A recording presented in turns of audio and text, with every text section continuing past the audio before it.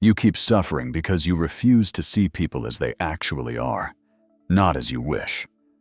Fantasy hurts more than truth.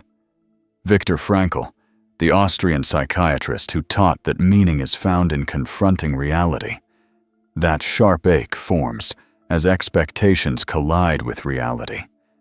There's a private pain in clinging to the versions we construct, their imagined kindness, loyalty, or understanding, when the world consistently reveals something else. In man's search for meaning, he names the crossroads directly. When we are no longer able to change a situation, we are challenged to change ourselves. Those words cut away pretense. The impulse to mold others into the people we hope they could become burrows inside, fed by longing that the next conversation, gesture, or compromise will unlock the version we need. It never lasts. One promise broken, another moment misunderstood, and reality slaps us sober again. Does it come from fear? Fear of abandonment? Dread of being alone with our unmet needs? Maybe.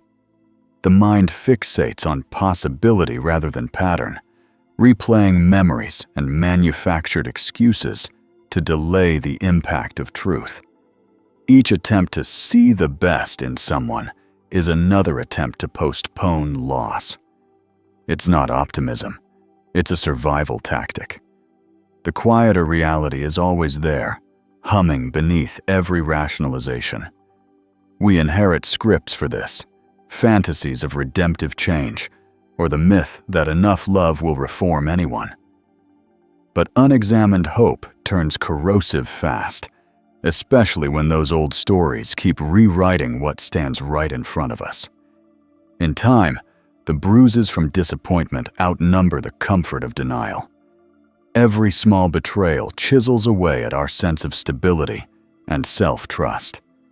Patterns repeat. Soon you realize the person you grieve for is a character you've drawn, not the flawed human on the other side of the room. The philosopher acknowledges how contorted our inner world can become under pressure. In Man's Search for Meaning, another insight lands. An abnormal reaction to an abnormal situation is normal behavior. Denial mutates into strange habits. We excuse, tolerate, sometimes lash out at the truth-teller, anyone who threatens to puncture our illusion. That's not a personal failing. It's a testament to how much the mind rebels against pain, scrambling for order in chaos. Yet as this becomes chronic, the truth, however bruising, remains the only exit. The fantasy cage locks tighter with every evasion, until the cost of hope far outweighs the sting of reality. What we lose isn't just peace, it's the chance to meet people and ourselves as we truly are. But the real breaking point doesn't come with the first crack. It arrives after the 100th small surrender, when your grip on fantasy is so tight, it hurts to let go. But toxic to hold any longer. You watch yourself replay rationalizations, aware they're hollow, yet you can't stop. This thinker warns that repeated self-deception turns numbness into daily ritual. The world shrinks as you try to prop up your illusions, and each attempt dulls your senses more. You end up negotiating with reality like a hostage, trading small freedoms for an imagined safety that never materializes. If you persist, there's a risk the illusion becomes your only reality. Now you're not just lying to yourself, you're living inside the lie. Friends grow distant or become co-conspirators, afraid to confront the story you've built. Genuine connection drowns under forced smiles and rehearsed hope. All illusions are expensive. What they cost isn't money. It's time, presence, and real intimacy. The longer you bargain with fantasies, the more the life you actually have slips past you, unlived. Self-betrayal is the tax for never facing the discomfort directly. Here's the revelation, the line that can turn everything inside out. The comfort of fantasy is never worth the price of your own clarity. That line aches, but it's the pivot everything depends on. In Man's Search for Meaning, the philosopher captures this raw pivot point. In some ways, suffering ceases to be suffering at the moment it finds a meaning. Suddenly, pain becomes a message instead of just a wound. When you stop shielding yourself, what once looked unendurable can transform into a compass.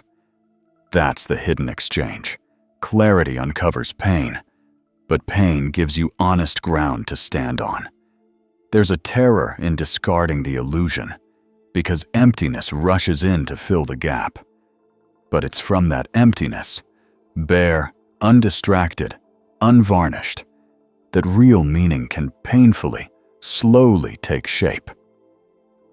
The philosopher knew the cost of fantasy isn't just disappointment, it's a forfeited life. You must choose numb comfort or the cutting edge of truth. Suffering alone isn't noble, but suffering met with meaning is transformative. He did not soften what was at stake. Meaning isn't handed down or found in wishful stories. It is built, day by day, by how you answer what's right in front of you.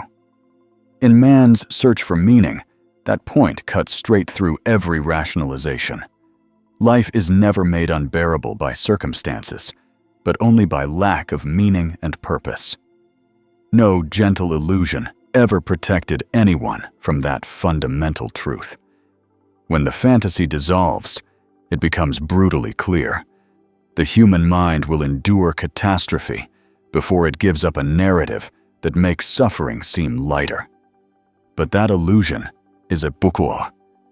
People stay in stale jobs, withhold confessions, hold out for fairy tale relationships, anything to keep one more step ahead of emptiness.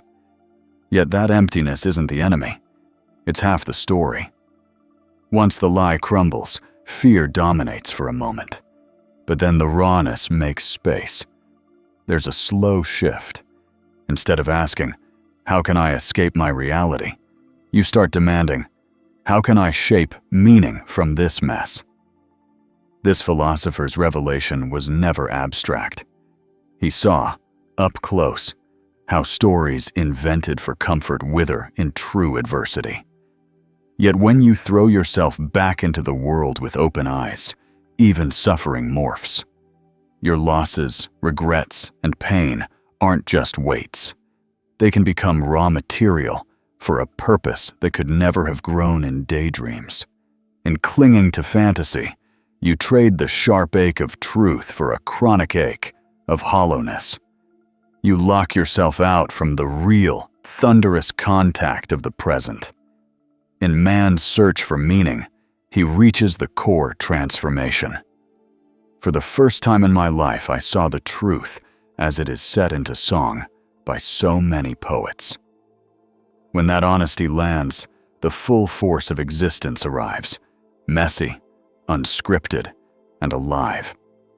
You realize every day dreamed away in denial is a day subtracted from what could have actually been lived. Clarity is violent in its tenderness. It burns away lies, and that hurt is real.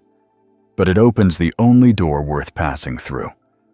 Because the final cost of clinging to a fantasy is not drama, nor disillusionment. It's the silent, irreversible drift away from meaning itself. Only when you risk leaving that comfort behind do you even get a chance at redemption. This is where the real work and the first hint of peace can finally begin. Embracing truth allows us to reclaim the meaning we've lost in fantasy.